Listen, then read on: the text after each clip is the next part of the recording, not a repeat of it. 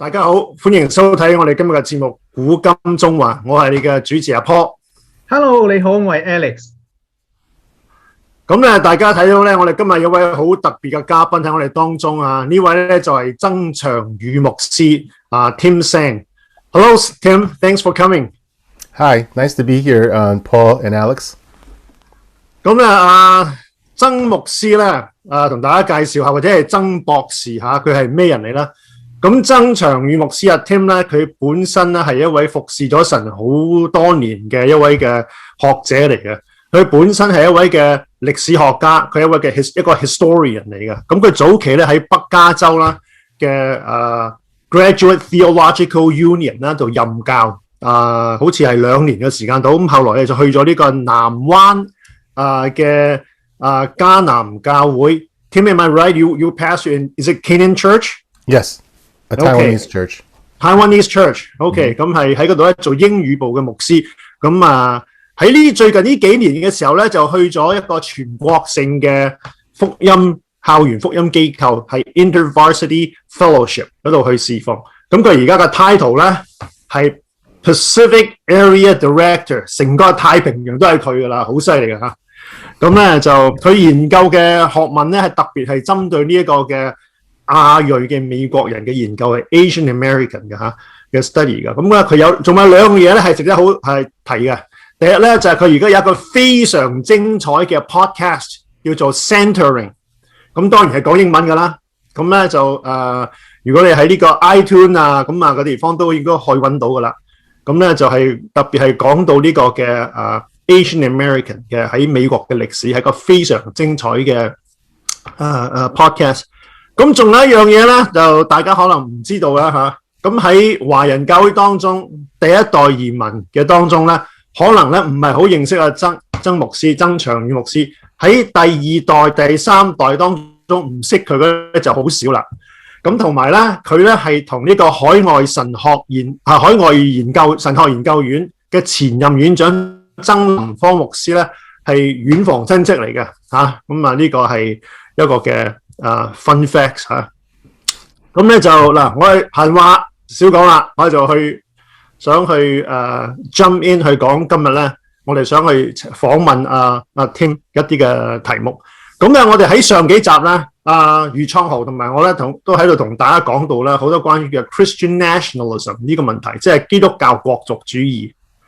咁咧喺我嘅觀察裏邊咧，喺呢個華人教會嘅第一代移民咧，裏面嘅人咧，好多似乎咧，其實係傾向於咧，對於有呢個嘅基督教國族主義咧，有一啲即係傾向嗰方面嘅思想嘅。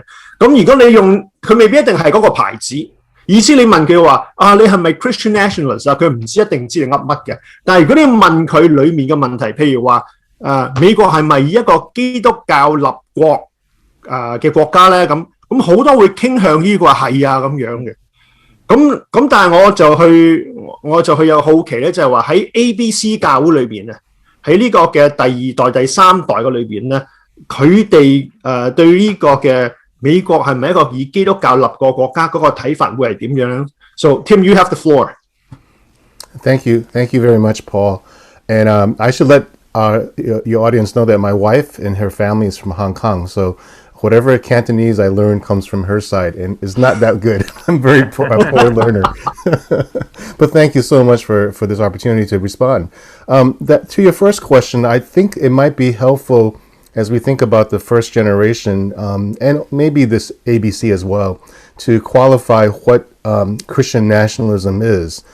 Because it's not just the American Christian nationalism that is at play here. Religious nationalism has a long history in Europe and in the modern world. And also in addition to that, there's a form of nationalism called ethnic nationalism that's not focused on the nation state, but on the sense of ethnic or racial identity, mostly ethnic identity. So the sense of being Chinese or having a Chinese identity, sometimes that's more important than China, the nation, or Taiwan or other diasporic countries. So I think the question I would raise first about the nationalism question is about first generation. Do Chinese Christians do cross-cultural and cross-racial mission or ministry. And to the extent how you answer that question will, I think, determine what ethnic nationalism is about. So I think most of Chinese Christianity in its history has been a movement of ethnic religious nationalism. There's actually a scholar that has written about John Sung and his evangelism work in Southeast Asia. And one of the contrasts between Sung's revivalistic Chinese Christians and then the other Chinese who related to the mainline Protestant churches in Malaysia and Southeast Asia is that the revivalistic Chinese became much more ethnocentric. They did not connect with the non-Chinese and the Christians that they don't consider pure enough. So that created this very tight Chinese ethnic bubble that I think we are seeing today. And that's a form of nationalism too. So I just wanted to make that clear. So having said that, I think if we go back to the U.S. situation, it might be helpful to, before I talk about the ABC, to look at the U.S. context. Now, I'll just say a few words. John Fay, who is a historian at Messiah College, and I think you, Paul, like his writings, you've actually reviewed some of his work. He wrote a book about 10 years ago called Was America Founded as a Christian Nation? And it was a historical introduction. And in this book, he traces the different kinds of American Christian nationalisms since the founding of the nation. So in the late 19th century, American Christian nationalism blended with white ethnic and racial nationalism, and I can say more about that later. But the basic premise is that whether one is liberal or conservative politically, progressive or very fundamentalist, all American Christians have embraced an idea that being an American and being Christian are bonded together, and there's something that we need to love about the nation more than anything else. The nation becomes very high in a priority. So this American nationalism, Christian nationalism, has been through and through American Christian history. So when we look at the American-born Chinese, I would say that some of them who have been influenced by groups like Focus on the Family or Franklin Graham, and some of who may even like some of the right-wing Christians, they will adopt this form of Christian nationalism that you described earlier, the 6 questions that were asked. Probably because they don't think of themselves as a minority or as an Asian or as a non-Christian, so therefore they uncritically embrace those views. But most who have grown up in the more liberal locations like the East Coast and West Coast and the Midwest cities and the suburbs will not be as sympathetic to the right-wing forms of Christian nationalism. They still probably have embraced a form of Christian nationalism, but not that kind. And the reason for that is because they are learning more about the history of Asian Americans and anti-Asian racism in these places. You learn more about this growing up in those cities, in those suburbs, than you do in, let's say, the heartland of America or in the rural communities. And therefore, they don't identify with right-wing nationalism. So I think that, to me, and I'll end this on this point, and so we can get to the next question, but that, to me, is one of the biggest divisions today in the Chinese church. The American-born are raised with a certain way of thinking about America, and the immigrant generation are not raised with the same concept or have not come with the same thinking. I would love to learn more about why that is, but that's, in short, my answer to the question about Christian nationalism. OK， 唔該晒嚇。咁樣我嘅問題就係咧，喺下一條問題就係喺今年年初咧就發生咗咧就全球震驚啊，即係國會係被衝擊嚇，咁好多嗰啲示威者咧就係入咗去國會度嚇，咁樣有好多人咧就會係揸住喺美國南北戰爭嘅時候嗰個嘅南方邦聯旗啦，個 CSU 啊咁樣係象徵住係奴隸制啦、種族主義啦咁嚇，咁都有啲人咧就着咗啲 T 恤係有隻新納粹啊，係有啲人咧就掛住個十字架舉起耶穌嘅標語，咁喺隔離咧有個嘅絞刑台。話要吊死咪 pen 咁樣嚇，咁好多嘅呢啲係好令人係即係好震驚嘅景象咁樣嚇，咁全世界就都喺電視係見到，咁樣呢樣嘢咧就其實對你係嗰個係傳福音啊做見證有啲咩嘢影響咧？就你去同學生嚇，無論係本科生 undergrad 還是研究生，還是 graduate student 嘅，係去講。耶穌啊福音嗰個 message 嘅時候，咁樣而家發生咗嘅呢啲咁樣嘅嘢，全球見到呢啲係咁負面景象，有啲咩嘅挑戰咧？即係對你嚟講。Well, thank you, Alex. As I answer this question, just a few weeks ago, I preached at a Chinese church, and I preached in the English service through a video recording. And in most Chinese churches, you have a young people's group that's mostly high school students or younger, and they worship with sometimes younger adults. Very few older American-born or American-raised Chinese go to Chinese churches like myself. So in that church that Sunday, I preached. This was about a week or two after January 6th, and I talked about a spiritual crisis in American Christianity and specifically American evangelicalism that was demonstrated by the January 6th attack.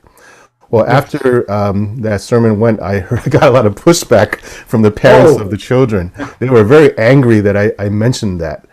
They thought I was being too political, and it was very interesting that was the response. But so I have to be careful because there may be a translation problem. But as I look at American evangelicalism, okay, and let's not think about Chinese Christians right now, this it hasn't created a crisis, but it actually is a symptom or the exposure of a crisis in American evangelicalism that has been going on for the last 20 years.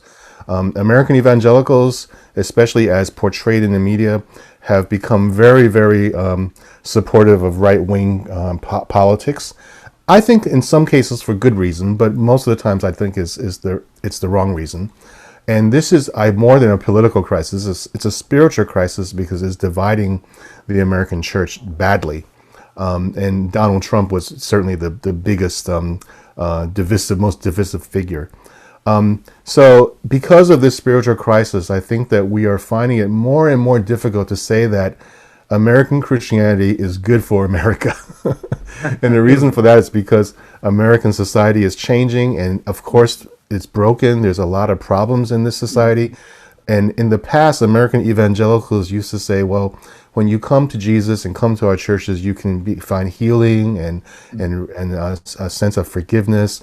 There's kindness, there's compassion. People love you and will embrace you. And then we will also try our best to address some of our social problems. But this particular crisis has sort of, the scales have fallen out. And now people are looking at American Christianity, especially American evangelicalism, very, very differently. No longer are they seen as people who care about people, but they're seen as a voting bloc that seeks its own self-interest. So that is why this has become a crisis. And this has also become a major stumbling block for campus evangelism.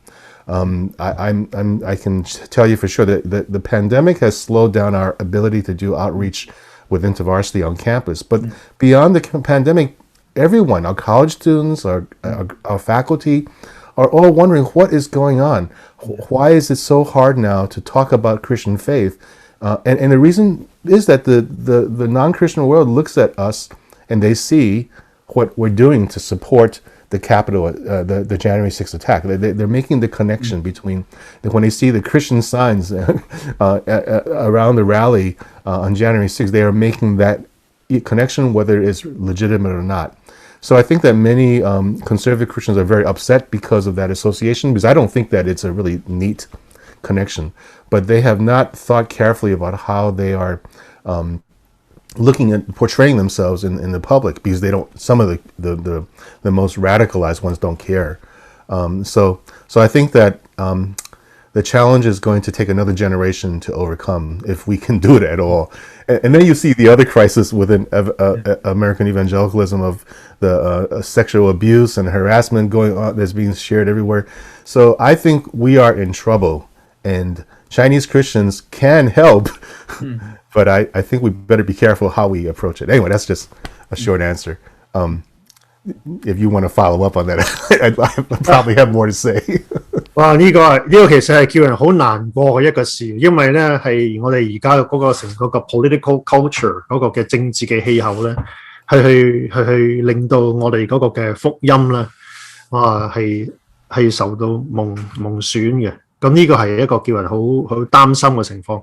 咁但係啦，Tim，我想問下你啦，嗱，你自己作為一個嘅牧師啦，你係牧師，你係一位學者，要係 scholar，你係一位嘅 historian， 一個歷史學家。咁喺你自己嘅觀感嚟睇咧，喺我哋基督教歷史 Christianity 嘅歷史裏邊咧，有啲乜嘢係可以去叫幫助我哋去回應而家呢個嘅情況？因為我哋而家見到好多咧power grabbing， 因為好多人希望係得咗權力，咁咧就係透過權力嚟到去鞏固佢哋去爭取嘅嘢。希望去停止呢個世界喺度改變咁樣。咁但係我哋自己基督教作為基督徒，我哋嘅傳統裏邊有啲乜嘢係可以幫助我哋去回應而家呢個咁樣嘅情況？ So this is regards to that third question about what kind of Christian heritage would be better. Yeah.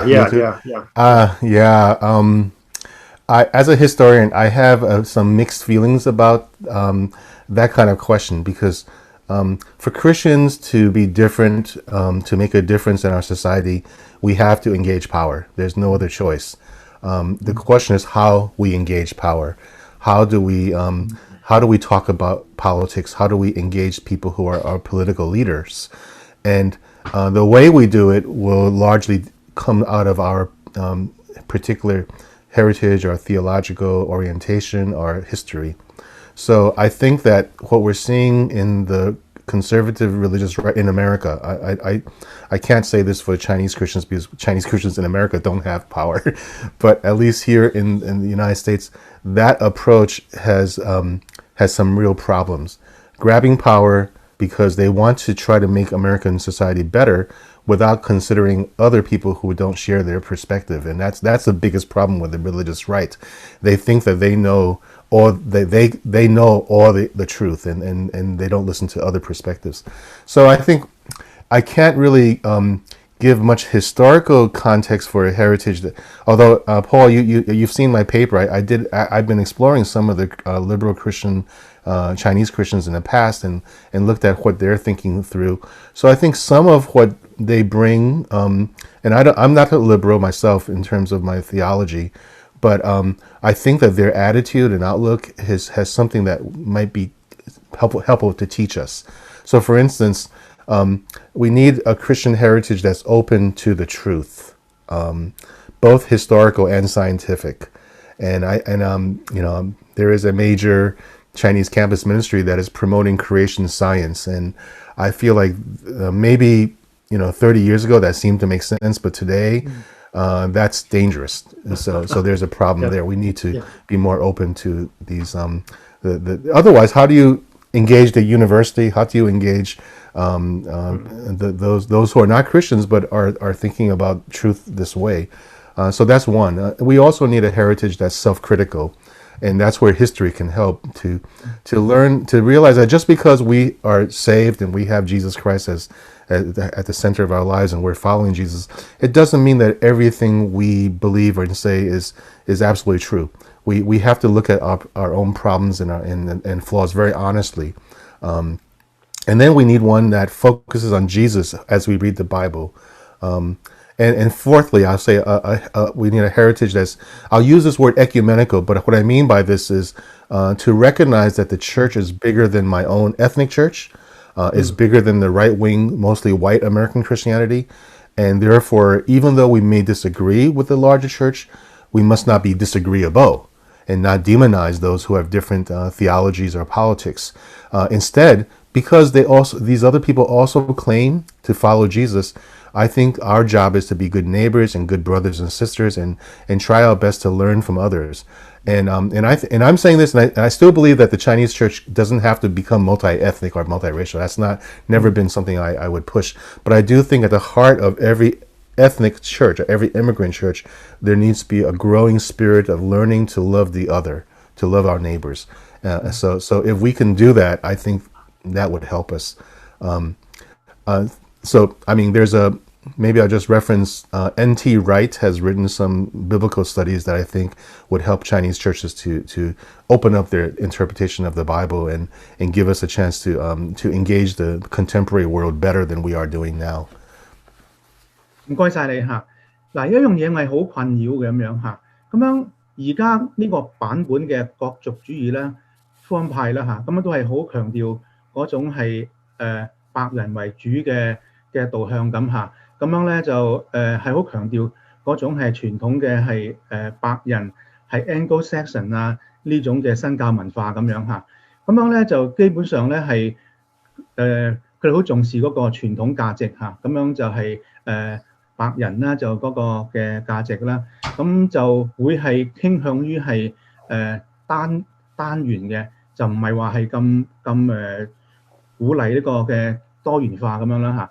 咁而家喺環教會咧就都係一個係好流行嘅論述啊嚇。咁其實呢個論述咧就都係承繼咗係白人嘅 church 咁樣嘅，咁就話咧就而家咧就世風日下，道德淪亡，人心敗壞，一切禍根咧係源於係60年代，哇咁樣嬉皮士運動啦、毒品泛濫啦、性解放啦，就咁連埋苦解咧，佢都當係嗰個一種道德嘅敗壞嘅嚇。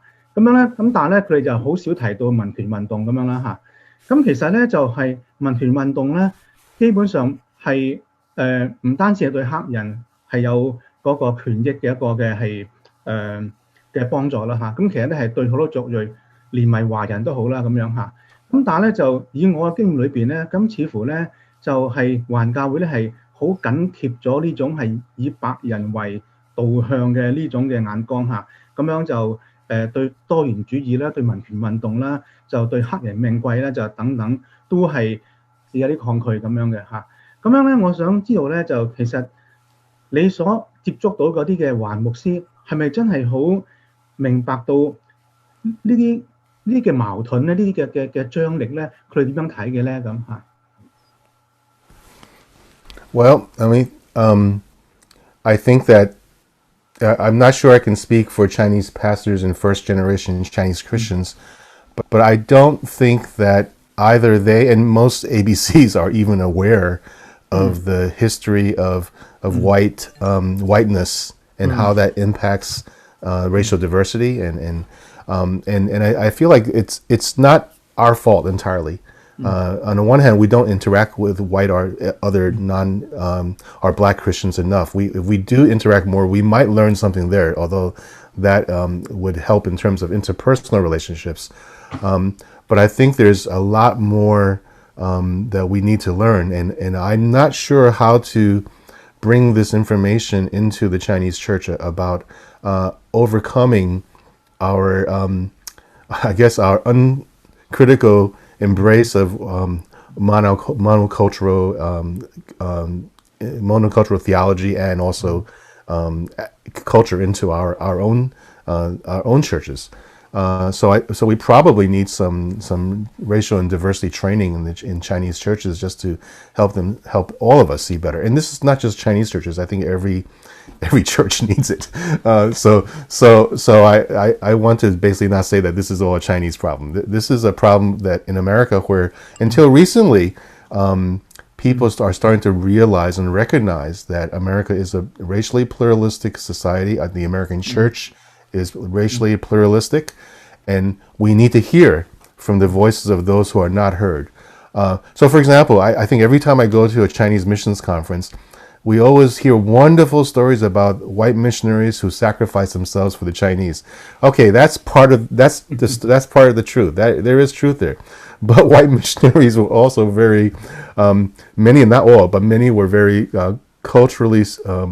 What's the word? They thought of themselves, the white culture, as better than Chinese culture. So the reason imperialism. That's the word. Imperialism. Yes, that's right. I don't want to be too mean. Exactly. So we need to study our history of both Christianity, Chinese Christians history, and also American Christian history as well. Because once you start studying deeper, you start to realize that the American church has a white problem.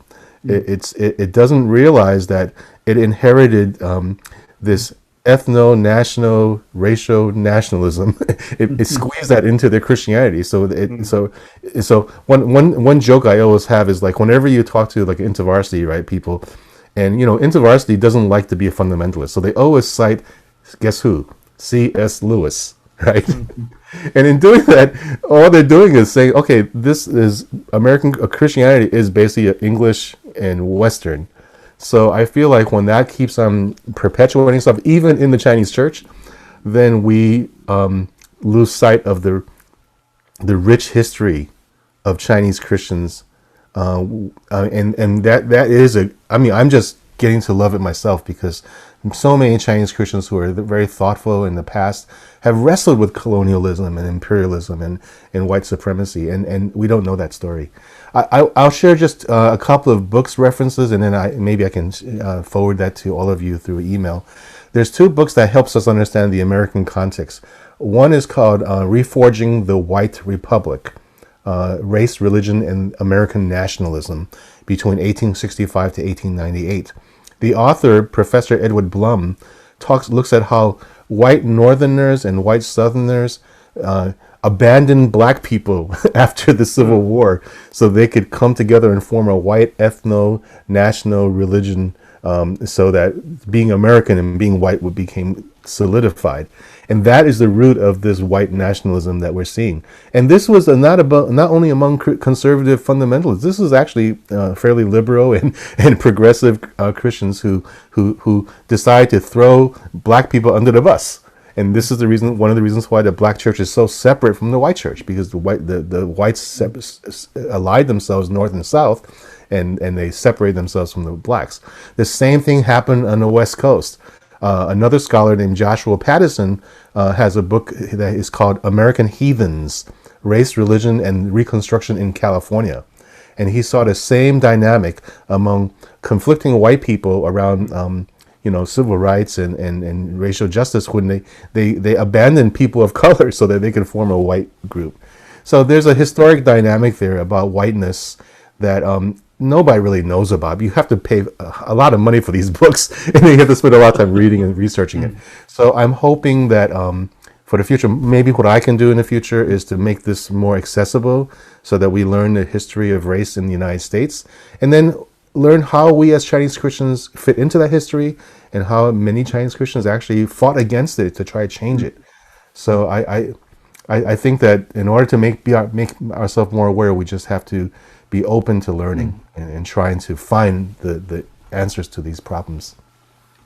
哇！好多謝 Tim 你上嚟今日同我哋做呢個分享，即係好短嘅時間裏邊講咗好豐富嘅嘢，差唔多每一樣嘢咧，我哋都可以去再 expand 另一個 program 嚟到去專嚟討論呢樣嘢。